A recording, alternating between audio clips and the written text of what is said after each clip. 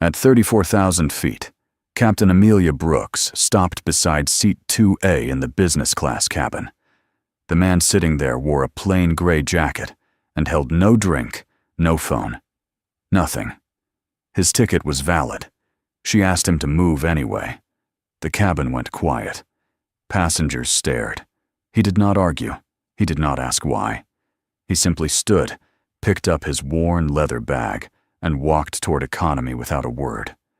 An hour later, Amelia would learn who he was. And by then, it was already too late. The boarding gate at Terminal C smelled like burnt coffee and floor polish.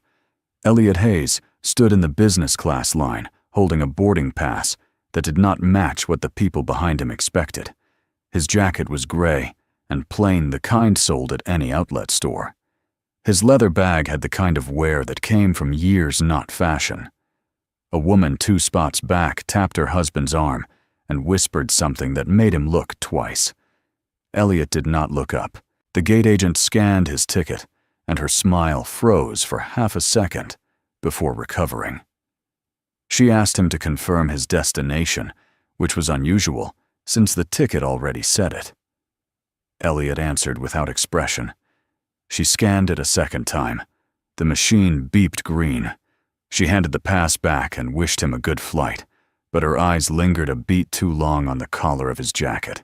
Inside the cabin, the flight attendant Noah Carter was still adjusting pillows in the front row when Elliot stepped on board. 3 years into the job, Noah had been trained to read a passenger's status within 4 seconds of eye contact. He clocked Elliot and made an assumption before he could stop himself. His smile came a moment late. He gestured toward economy, then caught the boarding pass in his hand and corrected course. "Right this way, sir," Noah said, the correction smooth on the surface. "Seat 2A." Elliot gave a small nod and moved down the aisle. Seat 2A was beside the window, across from a woman already settled into 2B with a glass of champagne the crew had poured before takeoff. Lauren Whitmore wore a cream blazer that cost more than most of the luggage in the overhead bins, and she had flown this route 9 times in the last 2 years without once being seated next to someone she would describe as ordinary. Lauren watched Elliot lower his bag into the overhead. She watched the sleeve of his jacket ride up and show a wrist without a watch. She watched him settle in and buckle the belt the way anyone buckles a belt, and she decided in the privacy of her own mind that something had gone wrong at the gate. She pressed the call button. The small chime sounded twice above her seat. Noah arrived within seconds, the practiced smile in place. Lauren did not lower her voice. "I think there's been a mistake," she said. "This gentleman doesn't appear to be in the right section." Elliot looked at the window. The jet bridge was still attached. A baggage handler outside was waving an orange wand at a driver who could not see him. Elliot watched the wand move in slow circles. "His boarding pass is for 2A, ma'am," Noah said, keeping his tone even. "It's been confirmed at the gate." Lauren set her champagne down. "Then perhaps the confirmation was incorrect. I've been flying this cabin for years. I know what it's supposed to look like." The words carried further than she intended, or maybe exactly as far as she intended. A man in 3C turned his head. A woman in 1B pretended to look at her phone. The cabin did not go silent, but the small sounds of it softened the way a room softens when people stop pretending they are not listening. Noah felt the temperature of the moment and chose the safer sentence. "Let me double-check the manifest, ma'am. Please hold one moment." He walked toward the galley with the pace of a man who did not want to appear to be walking fast. Behind him, Lauren leaned slightly toward the aisle. "Sir," she said, addressing Elliot directly. "I don't mean to be unpleasant, but if there's been a booking error, it's better we resolve it before takeoff." Elliot turned from the window and met her eyes. His face held no offense, no defense, nothing that could be mistaken for a reaction. He said only, "My seat is 2A." He turned back to the window. Lauren's mouth pressed into a thin line. She had been prepared for argument for the particular kind of defensiveness that comes from people trying to hold a place they did not belong in. She had not been prepared for a sentence delivered, as though the matter were already settled. Up in the cockpit, Captain Amelia Brooks was finishing her pre-flight checklist when the intercom crackled. Noah's voice, careful and lower than normal, asked if she could come back to the cabin for a moment. She asked why. He said there was a situation in business class that he preferred not to handle alone. Amelia did not like that phrasing. 11 years as a captain had taught her that crew asking for help before takeoff was almost always about a passenger, and passenger problems before takeoff were almost always schedule problems in disguise. She unbuckled, told her first officer to hold the checklist, and stepped out. In the galley, Noah explained in clipped phrases. A passenger in 2B had raised a concern about the passenger in 2A. The concern was not about behavior. The concern was about appearance. Noah said the last word quietly, as if saying it at full volume would make him responsible for it. Amelia's jaw moved once. She looked down the aisle at the back of Elliot's head.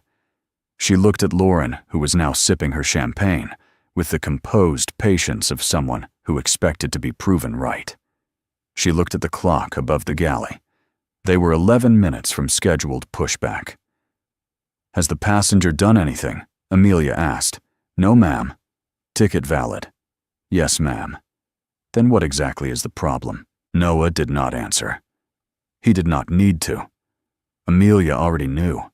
She had flown enough of these routes to know that the real problem was not a ticket. The real problem was a cabin full of people who had been told in some unspoken way that this section was a reward for a certain kind of life, and that reward had just been disrupted by a man in a gray jacket who did not look like the reward. Amelia took a breath. She thought about the flight time and the connection windows.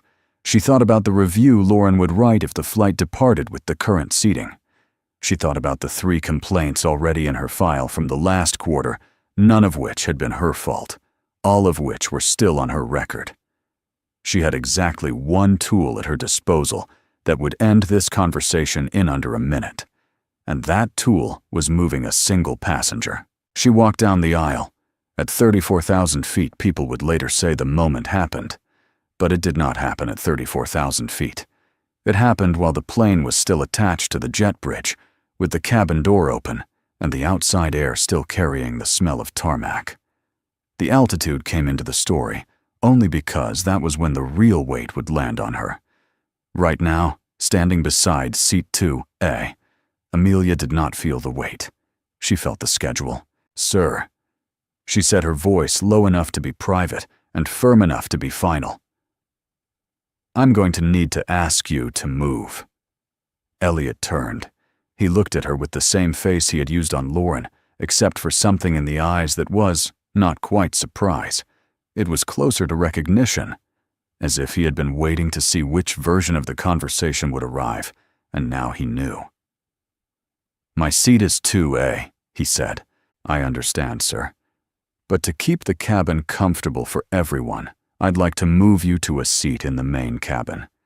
Your ticket will be noted. You'll be accommodated. Lauren did not smile.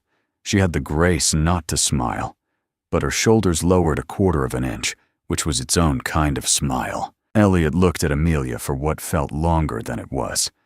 He did not ask for her name. He did not ask for a supervisor. He did not point out that his ticket was valid, that the request being made of him was the kind of request that would not have been made of the woman in 2B no matter what she was wearing. He unbuckled the belt. He took his bag from the overhead. He stepped into the aisle. He did not look at Lauren. He did not look at Noah, who was standing by the galley with a face that had stopped pretending to be calm. He looked at Amelia once the way a man looks at a sign he has read before, and then he walked. Down past row, 3 past row, 4 past the curtain that separated the sections. The curtain swung back into place behind him. The sound of it was almost nothing, a whisper of fabric, but several passengers in business class heard it and looked away from each other for the next few seconds. Amelia stood in the aisle a moment longer than she needed to. Then she turned, nodded once at Lauren without speaking, and walked back to the cockpit. The door closed. The first officer glanced at her but did not ask. She buckled in. She picked up the checklist where she had left it. Her hands were steady. Her voice, when she made the next radio call, was the voice she had spent 11 years building. Nothing in it suggested anything had happened. 8 minutes later, the plane pushed back from the gate. In seat 2, a passenger from economy who had been upgraded at the last minute was settling in with a look of quiet disbelief at her luck. In 2B, Lauren Whitmore adjusted her blazer and accepted a fresh glass of champagne. Behind the curtain, Elliot Hayes sat in a middle seat between two strangers. He placed the bag under the seat in front of him. He folded his hands in his lap. He looked straight ahead. He did not look angry. He did not look hurt. He looked like a man who had just learned something he already suspected and who was waiting very quietly to see what came next. The plane leveled off at 34,000 feet. The seatbelt sign dimmed. In business class, the cabin fell into its designed rhythm, the soft clink of glasses, the low murmur of people who had already decided they would not remember this flight. The curtain to the main cabin stayed closed. Behind it, Elliot sat in row 22 seat B, between a man sleeping with his mouth open and a college student scrolling through photos on her phone. Noah came down the aisle with the beverage cart. He reached row 22 and his hand slowed on the handle. Elliot looked up. Noah offered the standard menu, the same cardboard list he had handed to every passenger in economy, and his voice came out half a tone too polite. "Water, please," Elliot said. "No ice." Noah poured it. He set it on the tray. He did not meet Elliot's eyes. He moved on to row 23 and kept moving, and he did not look back until the cart had reached the rear galley. Something in his chest had tightened at row 22, and it did not loosen. In business class, Lauren had accepted a second glass of champagne and was now talking quietly to the woman in 1B about a property in Aspen. The seat beside her, once empty, was now filled by the upgraded economy passenger, a woman in her 60s, who kept touching the leather armrest as if she could not believe it was real. Lauren was gracious to her. Lauren was always gracious to people she considered beneath her, as long as they stayed in the role assigned to them. Noah retreated into the rear galley and pulled the curtain. He leaned against the counter. His hands were steadier than he expected, which somehow made it worse, because steadiness meant he had already accepted what had happened. He replayed the boarding. He replayed the moment he had almost pointed Elliot toward economy on his own. He replayed the way Lauren's voice had carried, and the way the captain had walked down the aisle. Something about the way Elliot had stood bothered him more than anything else. In 3 years of flying, Noah had seen passengers refuse to move for all kinds of reasons, most of them bad. He had never seen a passenger with a valid ticket stand up and walk without asking a single question. That was not the behavior of a man who had done something wrong. That was the behavior of a man who had seen this happen before and knew exactly how it ended. He pulled up the passenger manifest on the tablet. He was not supposed to do this out of curiosity. The rule existed because curiosity in this job almost always led to embarrassment. But he did it anyway. He scrolled to row 22 seat B. The name was listed as Hayes Elliot J. The booking class was business. The fare code was full, not discounted. Something else caught his eye. The frequent flyer number was the short kind, only 6 digits, instead of the usual 10. 6 digits meant the account had been created in the company's earliest years. Noah had never seen one personally. He had heard about them in training the way one hears about a rare coin. The trainer had called them legacy accounts and moved on quickly. He tapped the name to expand it. The passenger notes field-loaded. Most passenger notes were short a dietary preference or a complaint history. This one had 2 lines. The first line said, "No special handling. Standard service only." The second line said, "Do not upgrade. Do not announce. Do not alter normal routine." Noah read the second line twice. His mouth went dry. That language was not written for a customer. It was written for a person who did not want to be seen. He backed out of the notes and pulled up the corporate directory. He searched the last name. The result loaded, and Noah set the tablet down on the counter and stepped back from it, as if the screen itself had become something he should not be standing too close to. The photo was older by a decade. The hair was darker. But the face was the same face that had walked past him onto the plane in a gray jacket. The title beneath the photo was 3 words long. Founder, chairman, owner. Noah did not move for a full half-minute. The galley felt smaller than it had a minute earlier. He thought about the beverage cart. He thought about the cardboard menu. He thought about the moment at boarding when he had almost pointed the man toward economy on instinct, and how close he had come to being the first crew member in this incident, instead of the third. He picked up the tablet. He locked the screen. He walked out of the galley and back down the aisle past row 22 without stopping, and he kept his face still. He had a decision to make, and he knew he did not have long to make it. In the cockpit, Amelia was flying the plane. She was also in a quieter part of her mind, running the same replay Noah had run 20 minutes earlier. She did not regret the decision, or she told herself she did not. The decision had kept the cabin calm. The decision had kept the schedule. The decision had ended a conversation that could have turned into a complaint, a review, a note in her file.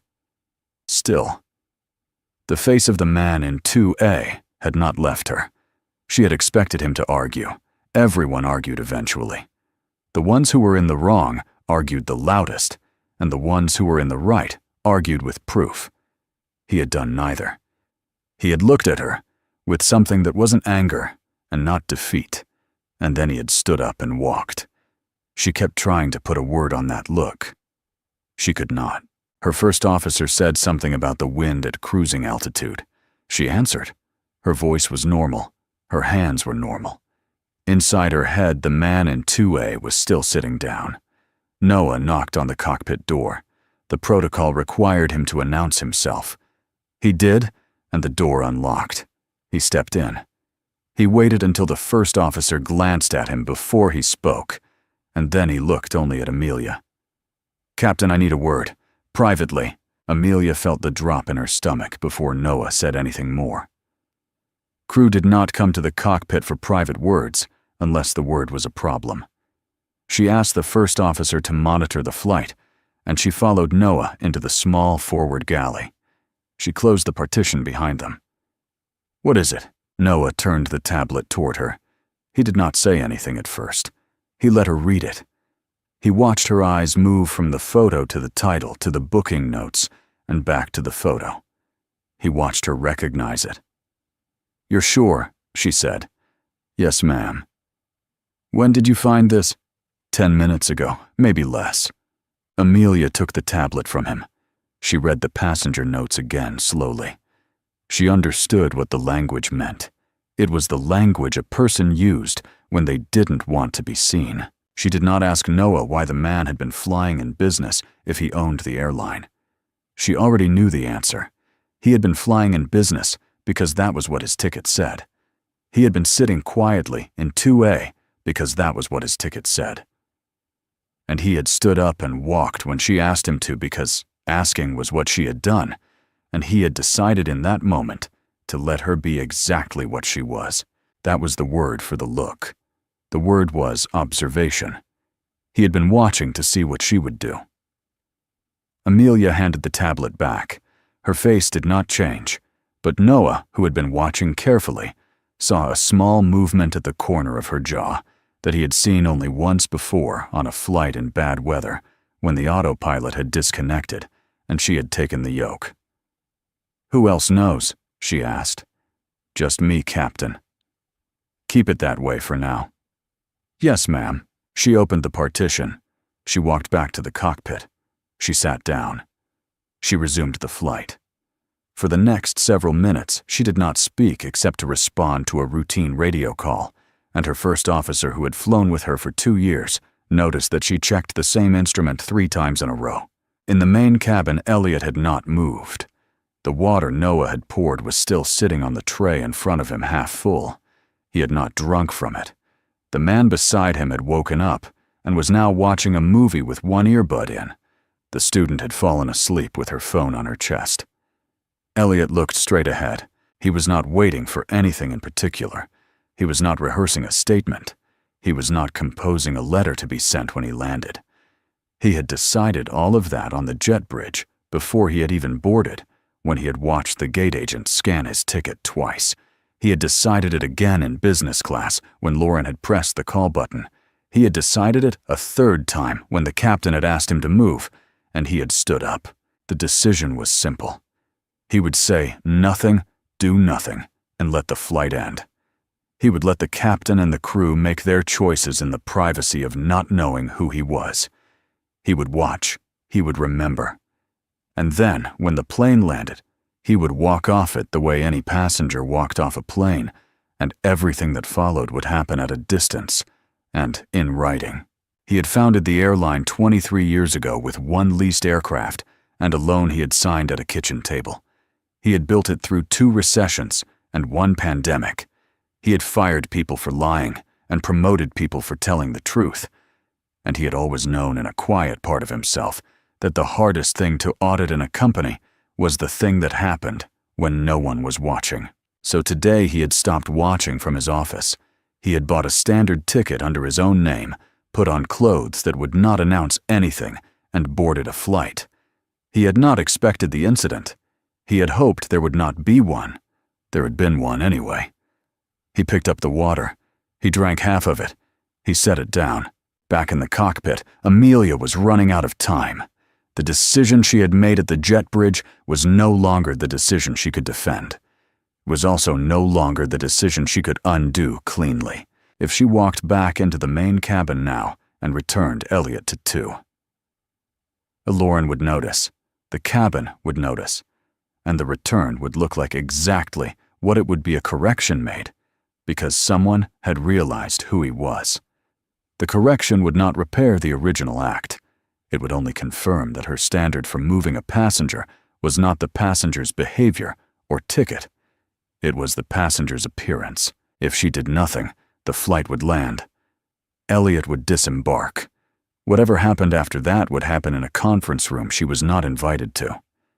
If she went to him and apologized privately, the apology would be real, and it would also be calculated, and Elliot would know the difference because Elliot had spent 23 years watching people apologize for the wrong reasons. The weight she had not felt at the jet bridge was landing on her now at 34,000 feet. Only the weight was not about Elliot. The weight was about the version of her that had walked down the aisle. That version had known before she took the first step that the ticket was valid and the behavior was clean, and the problem was not the man. That version had walked anyway. The information about who Elliot was did not change the weight. It only changed who would be watching when it landed. If Elliot had been an ordinary passenger, the weight would have landed in private, and maybe in a week or a month or a year it would have made her a better captain. Or maybe it would have gone quiet the way the other small wrongs in her career had gone quiet, and she would have flown the next 20 years without ever feeling it again. That was the part she could not get past, not the man in 2A, the version of herself that had been willing to let it go quiet. She unbuckled. Her first officer looked at her. She said she would step out briefly and asked him to take the flight. He said, "Yes, Captain." She opened the cockpit door and stepped out. She walked to the front galley and stood there for a moment without moving. Then she looked down the length of the aisle past the curtain toward the main cabin, and she began to walk. Amelia walked the length of the aisle the way she had walked it before, except this time the weight was on her, and she could feel each step finding the floor. The curtain was still closed. She pushed it aside. A few heads in the front rows of the main cabin turned, registered the uniform, and turned back to their screens. Row 22 was halfway down the cabin. She saw the back of Elliot's head before she saw his face. The half-empty water was still on the tray. The man beside him was still watching his movie with one earbud in. The student was still asleep. Amelia stopped at the row. She did not crouch. She stood at a normal height in the aisle, because crouching would have made the moment into a performance, and she had already performed enough for one flight. She spoke low enough that the man with the earbud did not look up. "Mr. Hayes, may I have a moment?" Elliot looked up. He gestured with one hand toward the empty patch of aisle beside the row, which was not an invitation to sit, but an acknowledgement that she had a right to speak. She took it. She did not open with his name again. She did not mention the manifest, or the notes, or the photo in the corporate directory. She opened with the only sentence she had been able to draft in the minutes it had taken her to walk out of the cockpit. "I was wrong to move you." Elliot did not answer. He watched her. "Your ticket was valid," Amelia said. "You had done nothing. I moved you because it was easier than the alternative. I want to be clear with you that I am not saying this because of anything I learned after the fact. I am saying it because it was true when I asked you to stand up. And it was true when you stood, and it has been true for every minute of this flight since." She did not add anything. She did not offer to move him back. She did not offer compensation. She understood now that offering either one would undo the apology, because both would be transactions. And the thing she had broken was not transactional.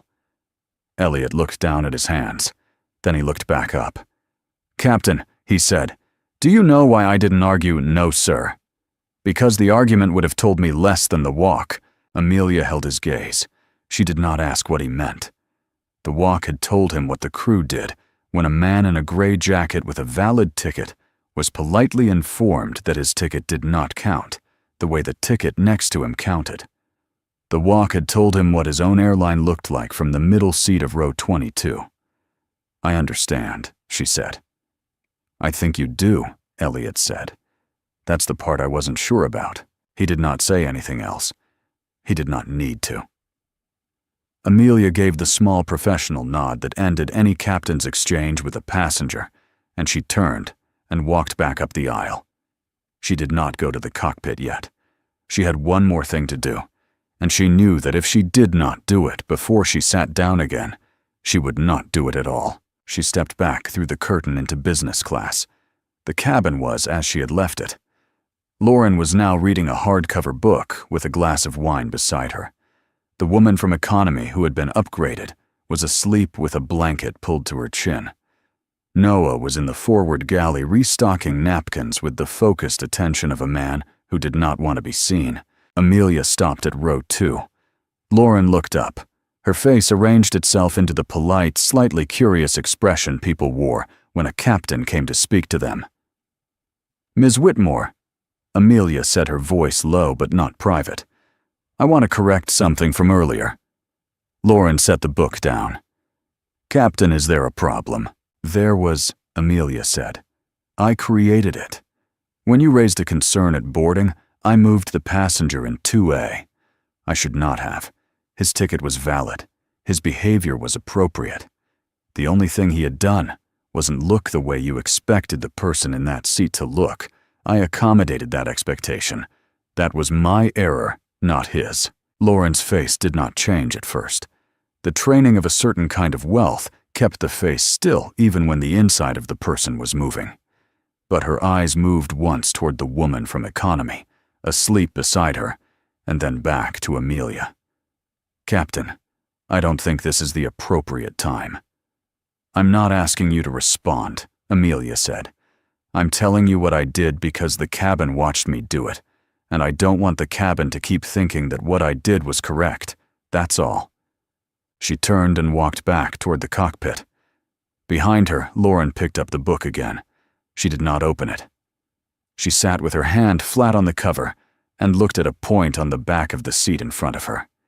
The woman from economy, who had not been as asleep as she appeared, shifted very slightly under her blanket. Noah had heard every word through the thin partition. He set the napkins down. His hands were not shaking, but they were too careful the way hands got when a person was aware of them. He understood in that moment that the captain had just said out loud what he had been unable to say for the past hour. She had been the one who moved the man. Her apology had been hers to give. His was a different apology, smaller, private. and he had not given it yet. He walked down the aisle. He stopped at row 22. Elliot looked up. "Sir," Noah said, keeping his voice at the same level he had used when offering the water. "I should have spoken up earlier. I didn't. I'm sorry." Elliot looked at him. Then he said, "Thank you." That was all. Noah nodded once and went back to the galley. He did not feel better. He understood that he was not supposed to. The rest of the flight passed without incident. The seatbelt sign came on for the descent. Trays were cleared. Blankets were folded. Lauren did not call for anything else. The woman from economy quietly asked Noah for a cup of water and thanked him twice. Elliot drank the second half of his water and looked out the window as the city below came into view in the late afternoon light. The plane landed. The taxi to the gate took 6 minutes. The seatbelt sign turned off. The cabin stood up in the usual disorganized way, pulling bags from overhead bins, checking phones, shuffling toward the front. Amelia stood at the cockpit door as the passengers disembarked. She thanked each one. When Lauren passed, Lauren said nothing, and Amelia said nothing, and they both understood what the silence meant. When Elliot reached the door, Amelia stepped slightly aside. He stopped. He looked at her. He did not offer his hand. He did not say his name. He did not acknowledge in any visible way that anything between them had changed. "Good flight, Captain," he said. "Thank you, sir." "Safe travels." He walked off the plane. He did not turn back. He did not ask to be rerouted to business class for any later connection.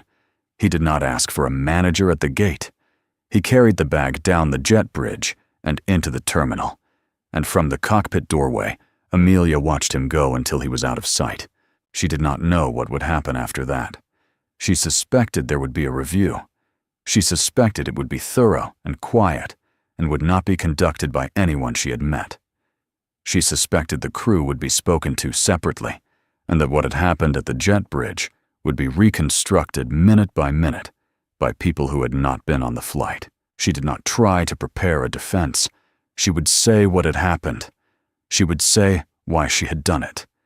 She would say when she had known it was wrong, and she would say that she had known it was wrong before she learned who the passenger was, because that was the only part of the story she was going to carry with her, regardless of the outcome.